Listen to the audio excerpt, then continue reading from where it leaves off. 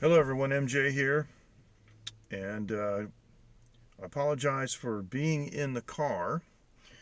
I'm not a big fan of car streams. I've seen far too many very important discussions, in a parking lot of a Walmart.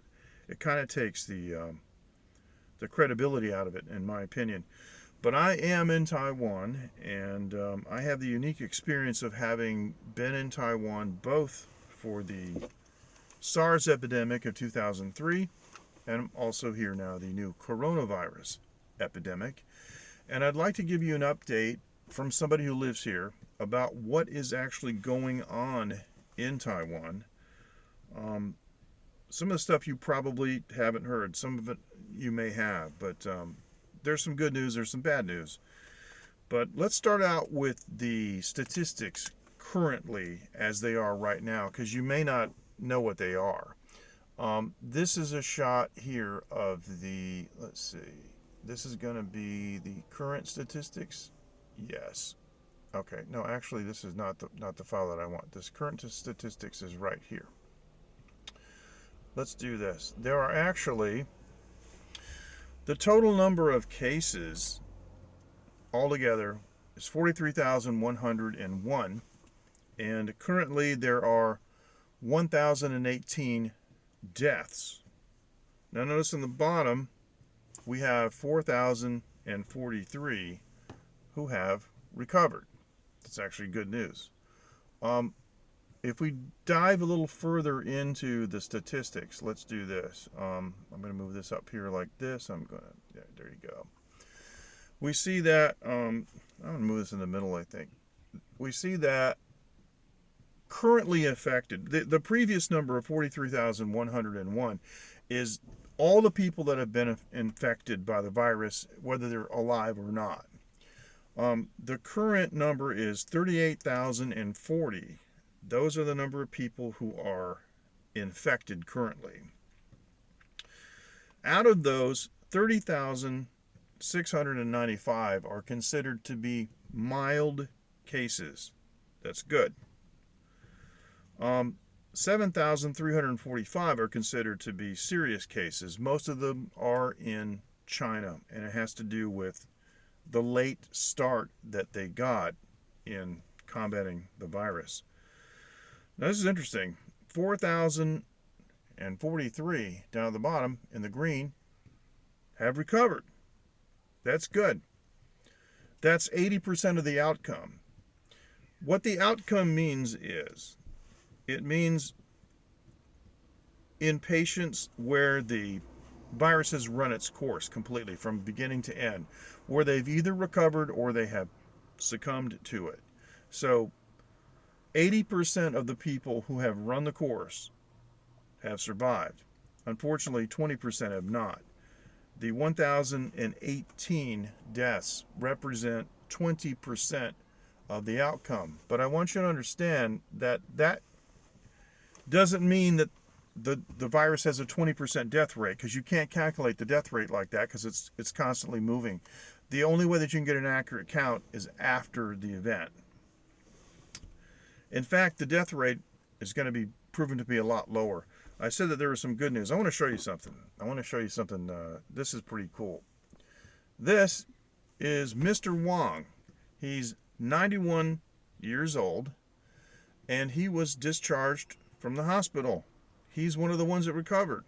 91 years old, and he has an underlying cardiac condition, and the doctors said that they had to devise a unique treatment plan for him, and he survived. He said, "The disease isn't that bad. My wartime experience overshadowed it."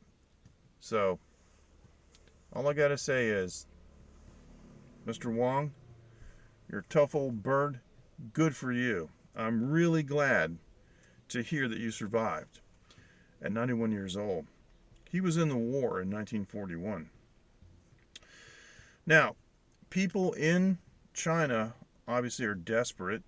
They realize, I'm not going to get into the political ramifications, but Weibo and WeChat is just full. In the Chinese speaking world, Chinese in China are so incredibly angry, and they're trying to express their anger on social media. And what they're doing is they're making posts and then like doing almost like a captcha.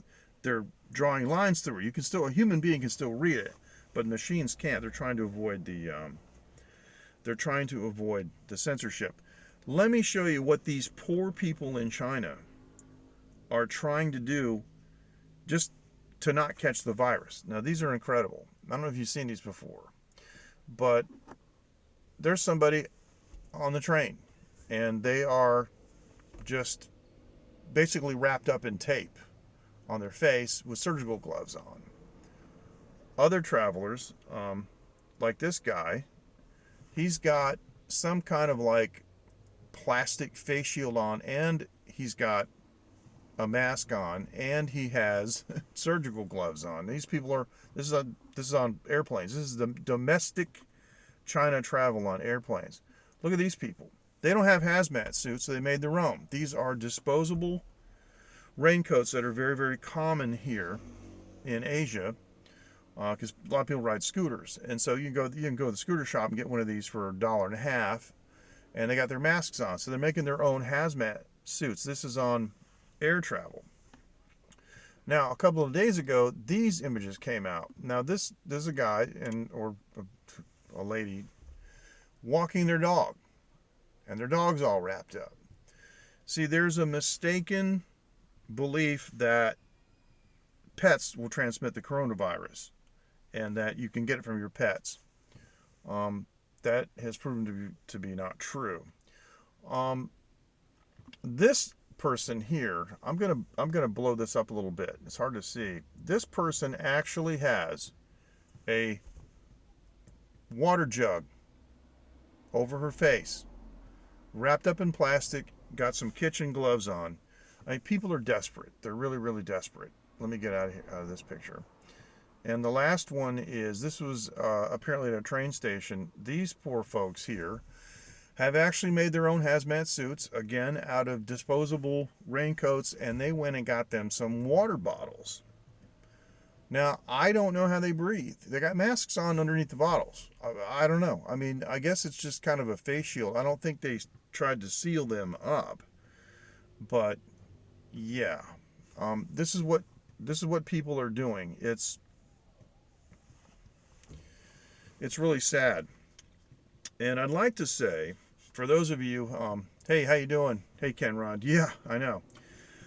I would really like to say this, please. As a foreigner who's been living in Taiwan for 16 years and who actually is an immigrant to Taiwan, please stop the hate. Hey, Dave, how you doing? Direct your anger at the government, not the people. The people of Wuhan didn't do anything wrong, and they've been lied to. I've heard reports of people, for example, who won't, hey John, how you doing? Who won't go to Chinatown in their city in the United States. That's ridiculous, okay? So we want to stop this kind of ridiculous behavior. Now, Taiwan had kind of a fake shortage of tissue paper, toilet paper, because people have the mistaken belief that you can make a mask out of toilet paper. You can't. Some women are using sanitary napkins as masks, and we've even had some reports of people who are using diapers to make makeshift masks. They're desperate. Now, here in Taiwan, we have currently 18 cases. None of them are critical. They're all mild cases, and one person has actually been released. The virus isn't as bad as people think. It's a flu. The two bad things about it is, yeah, I know. The two bad things about it is that, number one, there's no vaccine for it yet. So you can't go get a flu shot. I got a flu shot, before I left it for Thailand. Regular flu. The second thing is the incubation period now. It has been proven that this is bad. Two things that are bad. there have been completely asymptomatic cases. That means the person has the virus and absolutely no symptoms whatsoever. They never apparently get sick. They're just carriers. That's bad. The second thing is, it was confirmed a few days ago that in persons that do develop symptoms, which is most people, the symptoms can take up to 24 days to manifest. However, the mean time seems to be about 4 days. So, let me give you a Taiwan update. Now, this is interesting. I don't know if you guys have heard about the cruise ships. You should look this up. I don't, living in Taiwan, this doesn't make me an expert on this topic. I'm giving you things that you should know and should look up. But look up the cruise ship Diamond Princess. Diamond Princess came here with, I believe the number was 3,700 people, and over 1,000 people left the ship in northern Taiwan and went to all the touristo places that they're supposed to, So, yeah, I know. No, it's up now. It was 14 days. I think it was 2 days ago. It was confirmed it's 24 now. I know. This is very scary. In particular, because of what I'm getting ready to show you. Next, after it left Geelong in Taiwan, it went to Yokohama, and in between, en route, people got sick, and they tested them in Yokohama and found out that they had the virus, which means that people were in Taiwan at the time during that incubation period, and there were over 1,000 people, and here's where they went. You're going to love this. This is all the places that they have gone in Taiwan. I'm going to move this like this, and I'm going to, okay. Now, these are all the northern places in Taiwan. What this says on the left, it says Taipei City, Yangming Mountain, and it says Bamboo Lake. And then the Chinese that's up to the right a little bit is, hey, how you doing? Yeah, you can come in. I don't know what the problem with retweeting is. Do whatever you want, sure. Linda. I'm sorry, Linda. How are you doing? No, please, feel free. You're always welcome, and I apologize. What it says in the top is Xingbei City, and that's the, how do you say that? The Ye Liu. That's the little ecological park where they have the head of the queen, that's in stone. But look at all the other dots. See the dots everywhere? Those dots are places that passengers on the Diamond Princess have been verified to be at. Now, understand that there are probably a lot of places you can't get verification. So, show us my pleasure, sure.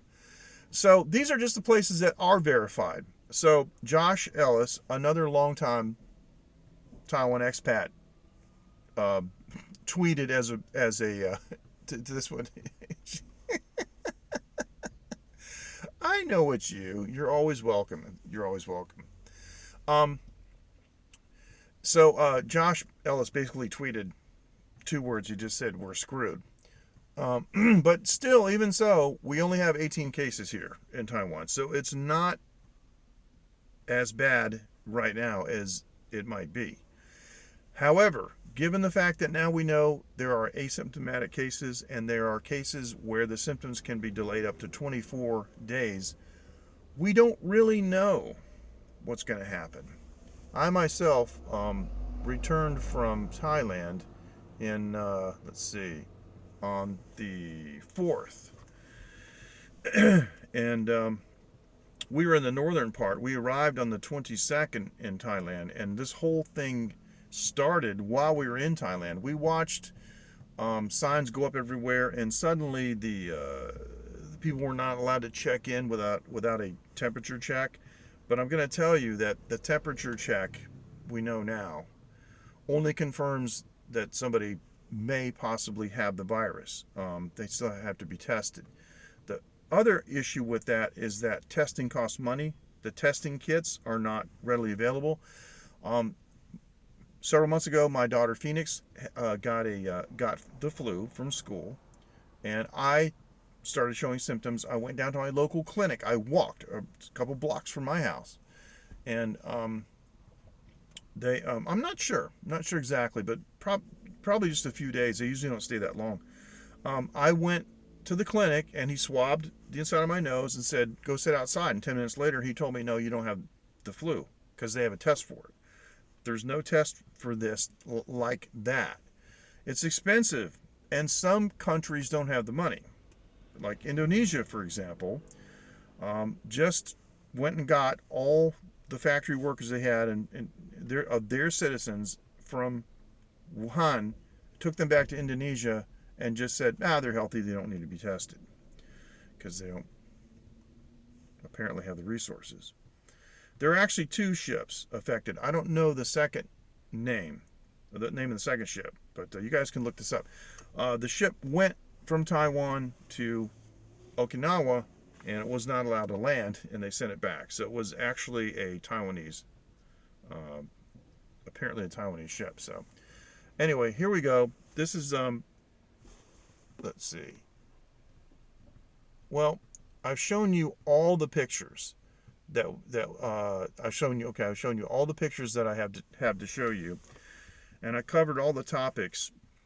Just understand that I'm not an expert, but what I wanted to do was give you an update from somebody who lives in Taiwan, and to give you some things that you can look up on your own for some extra reading. Just look up the history of the Diamond Princess with, relationship to the to this coronavirus situation and with Taiwan. So that's all I wanted to say. I'm sorry I've been very busy. I've been in my studio. It's a safe place. Windows are closed, and I've been working on the new recordings and so forth, and I haven't really been on that much. In my neighborhood, things are okay. People aren't wearing masks all the time and everywhere, but if there's a crowd, some kind of gathering, or a restaurant, yes. If you go to the doctor in a clinic, or you go to the hospital here, you have to have a mask. The problem with the masks now is that they've all been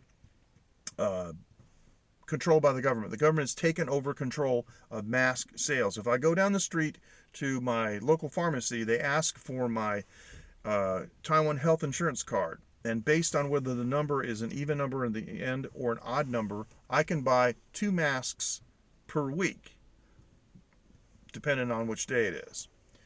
The other thing is now there's been a lot more information about how to properly wear a mask, how to only take it off by the ear bands, not to touch the front. People on television, on talk shows, are talking about how you can use alcohol spray and reuse your mask, putting it carefully in a Ziploc bag and not touching it by folding it so the outside, so the outside of the mask is towards the inside. No, it's not. So it keeps the bag clean, if you see what I'm saying. And then what you do is you take it out of the bag carefully, and you're only touching what would be the inside of the mask that was against your mouth, and then you can put it on like this and only hold it from the, I don't have a mask here to demonstrate, I don't think. I didn't bring my mask today. Oh, I got tissue paper. That's okay. So anyway, yes, it is. No, it is. That is the very cool thing about Prism, is that I can show these graphics and so forth and the pictures. And people are desperate. They really, really are. I do not have my mask in the car because, oh, yes, I do. Oh, no, I don't. Sorry, I don't. Something else. So, yeah, people are desperate. So, that's really all I wanted to do is give you an update on that. Right now, masks are, you can import them as citizens. There's no restriction on them. But there's a worldwide shortage of the N95. The N95, of course, refers to the particulate level, the size of the particulate matter that it blocks out.